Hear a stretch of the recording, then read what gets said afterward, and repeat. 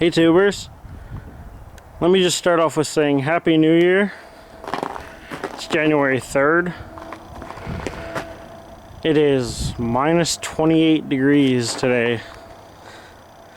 Coldest day we've had. The coldest we've had until today was only minus 20. But it's been a warm winter. So I thought I'd do a cold start of the 08 Sportsman 500.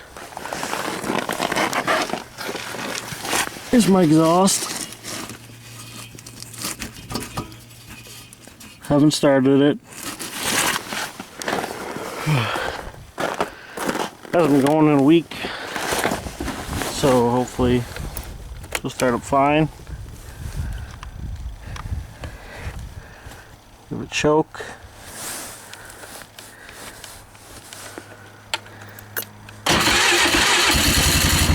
Look at that! Who says carburetors are hard in the winter? Works fine. Not a problem. Leave that choke on for a while.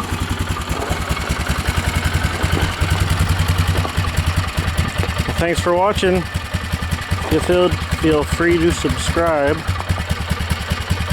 More videos to come. Later, tubers.